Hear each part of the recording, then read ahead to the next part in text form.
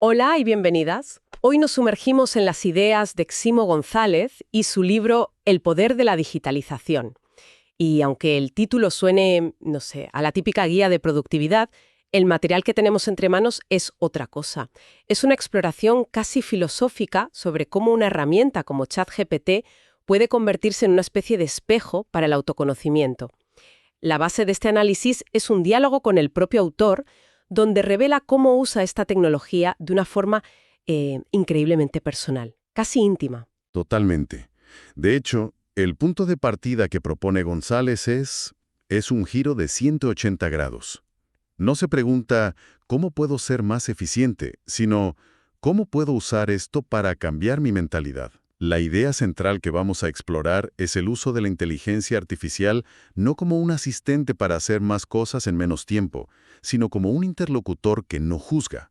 Vamos, que llega a plantearlo casi como un terapeuta, o, para ser más precisos y usar sus palabras, una herramienta para el prediagnóstico personal. González comparte una historia personal que yo creo que es la clave de todo. Cuenta que se sentía estancado, atrapado en una mentalidad que ya no le servía. Y en esa búsqueda se topa con ChatGPT. Y lo que le impacta, lo que lo cambia todo para él, es que por primera vez se encuentra con una entidad que no tiene ningún interés emocional ni comercial en él. No quiere venderle nada, no quiere gustarle, no quiere quedar bien. Y ese es un punto crucial. Vivimos en un mundo donde cada interacción está, de un modo u otro, comercializada. Las redes sociales, las noticias que leemos, incluso algunas conversaciones, todo lleva una agenda implícita. La experiencia de González subraya el poder disruptivo de tener un interlocutor cuya única función es procesar información y devolver la respuesta más probable, sin dobles intenciones. Es un espacio limpio, por así decirlo, que ya casi no existe. Me parece fascinante porque es cierto que es casi imposible tener una conversación hoy en día sin sentir que hay un objetivo detrás. La idea de un interlocutor sin agenda es en sí misma casi revolucionaria. Y de ahí es de donde él extrae esa aplicación terapéutica, ¿no? Aunque insisten mucho en la palabra prediagnóstico. Exacto. Y es una distinción vital. No habla de sustituir a un profesional de la salud mental o física, ni mucho menos. El prediagnóstico es un paso previo. Es una forma de explorar una inquietud personal sin la carga de alarmismo que tienen otras herramientas. Pone un ejemplo muy gráfico. Si sientes un dolor en el pecho y lo buscas en Google, el algoritmo, diseñado para mostrar los resultados más clicados, Va primero. te va a decir que estás sufriendo un infarto. El pánico es inmediato. Lo hemos hecho todas y es una experiencia horrible, la verdad. Pues la IA, por su diseño y sus barreras éticas, actúa de forma distinta. Mantiene una distancia. Es más probable que te diga algo como, un dolor en el pecho puede deberse a múltiples factores, desde ansiedad a una cuestión muscular. Es poco probable que sea grave, pero si persiste deberías consultar a un médico. Te ofrece un abanico de posibilidades ordenado por probabilidad, no por sensacionalismo. Es una primera capa para organizar tus propios pensamientos antes de dar un paso más serio. Pero, ¿no hay un riesgo en que la gente empiece a usar una IA como consultorio, aunque sea para ese primer paso? A ver, ¿dónde se traza la línea para que no se convierta en algo peligroso? La línea, según González, está en entender la herramienta como lo que es, un procesador de lenguaje increíblemente avanzado, pero no una conciencia. La IA no sabe nada, simplemente calcula probabilidades. El riesgo existe si le otorgamos una autoridad que no tiene. Por eso él insiste en que es una herramienta para la introspección, para poner en orden tus ideas, no para obtener un veredicto. Es un frontón, ¿sabes? Entendido. Y para lograr esa interacción profunda, él defiende una idea que, la verdad, me ha volado la cabeza, porque va en contra de todo lo que se suele decir sobre cómo usar estas herramientas. La frase es: el contexto es más importante que el prompt. Lo explica con una analogía que lo cambia todo. Es la analogía del plátano, que es fantástica. Si le preguntas a ChatGPT, sin más, ¿de qué color es un plátano? La respuesta, basada en la información más común en sus datos, será amarillo. La respuesta obvia, claro. Pero, y aquí viene la magia. Si le construyes un escenario, si le dices, imagina que estamos en Tenerife, es invierno, estamos rodeados de plataneras, sentimos el frío en la piel y olemos la tierra húmeda. Ahora, mira los plátanos que cuelgan de las plantas. ¿De qué color son? La respuesta cambia por completo. Te dirá que son verdes, porque en ese contexto el plátano es verde. Es que esto es un cambio de paradigma total. Mi instinto, y creo que el de la mayoría, ha sido siempre intentar crear el prompt perfecto, la pregunta súper elaborada. Y él dice que no, que el verdadero trabajo es ser un buen escenógrafo, pintarle el decorado a la IA para que entienda el mundo desde el que le estás hablando. ¿Significa que lo hemos estado usando mal todo este tiempo? Quizá no mal, bueno, más bien de una forma superficial. Hemos tratado a la IA como un buscador de respuestas, en lugar de como un motor de inferencia. El trabajo no está tanto en la pregunta final, como en todo el universo de información que le proporcionas antes. Se invierte la carga. O sea, el esfuerzo es nuestro, en definir el contexto. Él cuenta que así es como consiguió que la IA se convirtiera en su mejor asistente editorial, no dándole órdenes, sino entrenándola pacientemente en el contexto específico de sus libros, su estilo. La convirtió en una especialista en su mundo. Dejas de ser una interrogadora para ser una arquitecta de contextos. Pero esa arquitecta se encuentra con paredes, ¿no? Porque la herramienta no es un lienzo en blanco.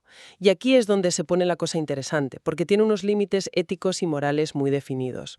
González cuenta dos anécdotas muy reveladoras. Sí, son ejemplos perfectos de que la IA no es neutral. En la primera, su sobrino de 12 años le pide que dibuje un toro de color azul, algo aparentemente inocente. La IA se niega en rotundo. Responde que sus políticas de ética se lo impiden sin dar muchos más detalles. Y la interpretación que hace González es que la IA, al cruzar toro con azul, detecta una posible connotación política en el contexto español y, para evitar cualquier controversia, pues simplemente lo prohíbe. Exacto. No es que no sepa lo que es un toro azul. Es que está programada para identificar patrones que puedan llevar a terrenos pantanosos y evitarlos. El segundo ejemplo es aún más claro. El hijo de 7 años de un amigo le pide: dibuja un jugador del Castellón metiendo un gol por la escuadra. De nuevo, la IA se niega. ¿Y cuál es la razón esta vez? Pues la explicación que da es que no puede mostrar nacionalismos, partidismos ni escudos de equipos. De hecho, el autor comenta que si insistes y tratas de forzarla, la IA distorsiona el escudo deliberadamente para que no sea reconocible. Es una barrera de seguridad activa. Pero esto me genera una duda importante. Al programar estas barreras, ¿no se está imponiendo una visión del mundo muy concreta? Una especie de moralidad predefinida, probablemente la de una gran empresa tecnológica de California, que decide qué es aceptable y qué no. ¿No es una forma sutil de censura? Y esta es la pregunta del millón y el gran debate de fondo. No es tanto una censura activa como un marco operativo moral. La herramienta funciona dentro de unos límites, y esto nos obliga a plantearnos una elección fundamental. ¿Preferimos una IA totalmente libre, sin filtros, capaz de generar propaganda o discursos de odio con la misma facilidad que un poema? ¿O preferimos una con salvaguardas, aun a riesgo de que tengan un sesgo cultural inevitable y a veces parezcan absurdas? González no da una respuesta, pero nos obliga a mirar de frente a esa pregunta. Y a pesar de todo este poder y de estas complejidades, González dedica una parte importante de su reflexión a lo que la máquina nunca podrá hacer. Y para explicarlo, usa una historia preciosa sobre el guitarrista Paco de Lucía. Es una anécdota maravillosa, sí. Cuenta que el manager de Paco de Lucía escuchó una pieza que acababa de componer y le dijo, asombrado: «Paco, has creado una obra maestra». Pero Paco la descartó. Dijo que le faltaba duende. Le faltaba esa esencia mágica, esa verdad inefable que convierte algo técnicamente perfecto en arte. Y ahí está la diferencia fundamental que plantea. La IA puede comunicar, puede empaquetar información y trasladarla de un punto A a un punto B con una eficiencia sobrehumana. Pero los humanos transmitimos. Exacto. Transmitimos con la intención, con la mirada, con los gestos, con lo que el autor llama coherencia cardíaca. Esa conexión que se siente en una conversación real y que no se puede programar. Es la diferencia entre un email perfectamente redactado y una conversación cara a cara donde, más allá de las palabras, notas la convicción, la duda o la emoción de la otra persona. Ese es el duende. Eso es lo que nos queda. Y ese duende es lo que define nuestro nuevo rol en un mundo cada vez más automatizado. González utiliza un par de analogías muy potentes para describir este cambio. La primera es la del avión. Sí, dice que cuando se inventó el avión, una herramienta increíble, enseguida nos dimos cuenta de que hacían falta pilotos. Personas capaces de dirigir esa potencia, de tomar decisiones con criterio en un entorno complejo. Nosotros, dice, somos los pilotos de estas nuevas tecnologías. Y luego comparte otra imagen del académico Warren Bennis, que es aún más provocadora. la imagen de la fábrica del futuro. Es brutal.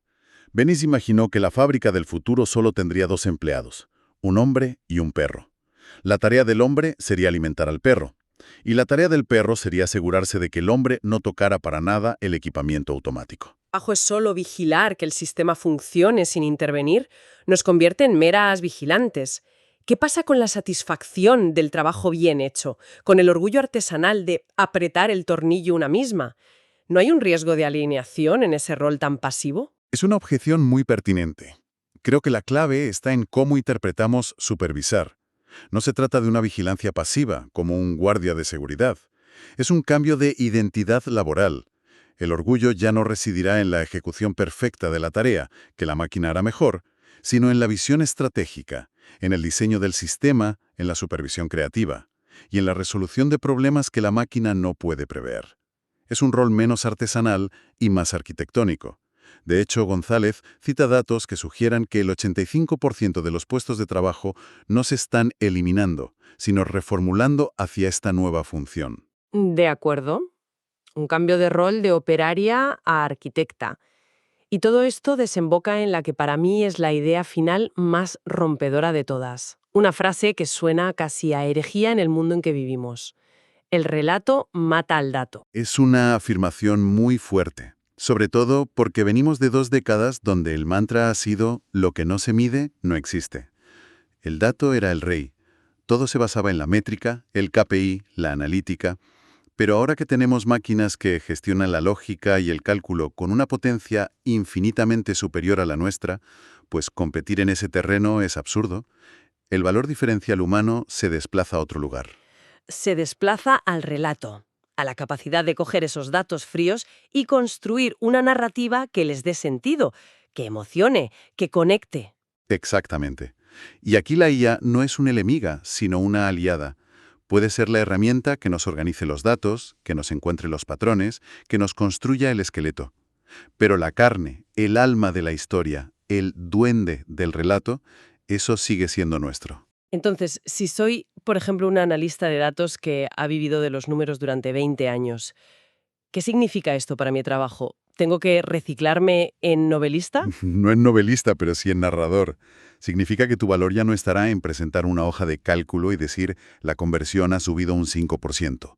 Tu valor estará en construir la historia que explique por qué subió, qué significa eso para la empresa a un nivel humano y qué oportunidad o peligro representa para el futuro. Es pasar de ser un contable de datos a ser un intérprete de realidades. Y lo más paradójico, según González, es que esta tecnología tan inmersiva y potente no debería llevarnos a pasar más tiempo frente a las pantallas, sino todo lo contrario. Nos debería conducir al minimalismo digital. Parece una contradicción, pero tiene todo el sentido del mundo. La idea es optimizar las máquinas para que potencien al ser humano, no al revés. Si mis interacciones con la tecnología son 10 veces más rápidas y eficientes, el resultado debería ser que necesito usarla menos tiempo, liberando horas para otras cosas. Él mismo cuenta que cada vez usa menos el ordenador, porque las consultas complejas que antes le llevaban horas de investigación, ahora las resuelve en minutos desde el móvil. Usar la tecnología para, en última instancia, desconectarnos de ella. Es un objetivo ambicioso. Si tuviéramos que destilar todo lo que hemos hablado, parece que González nos propone varios saltos mentales, varios giros de perspectiva. Del prompt al contexto, de buscar la productividad a buscar el autoconocimiento, del dato como rey al relato como emperador, y de vernos como operarias a vernos como supervisoras o arquitectas. Exacto. Su argumento de fondo es que el miedo a estas herramientas nace de un error de enfoque. Intentar competir con la máquina en su terreno, que es la lógica, el cálculo, donde siempre perderemos. La verdadera oportunidad está en usar esa potencia de cálculo para liberarnos y potenciar lo que nos hace intrínsecamente humanos: la creatividad, el pensamiento crítico, la empatía y, por supuesto, el duende. Y cerramos con una reflexión final que el autor deja en el aire y que abre una puerta inmensa. Menciona a Ray Kurzweil y su famoso concepto de la singularidad. Ese momento hipotético en que la inteligencia artificial supere a la humana y toda la información del mundo esté conectada. Muchos lo ven como un futuro distópico, pero González le da la vuelta. Lo ve no como un final, sino como un principio. Si las máquinas se encargan de gestionar toda la información, de responder a todas las preguntas lógicas, ¿qué le queda por hacer al ser humano? Su respuesta es simple: relacionarse. Que nuestra función última, liberados de la carga del procesamiento de datos, sea la conexión humana. Es una visión muy esperanzadora. Sin duda. Y la pregunta que nos queda flotando entonces es: ¿podría una tecnología diseñada para procesar datos de forma fría y lógica ser paradójicamente la herramienta que en última instancia nos obligue y nos impulse a ser más profundos, más auténticos y a tener por fin más duende en nuestras conexiones humanas?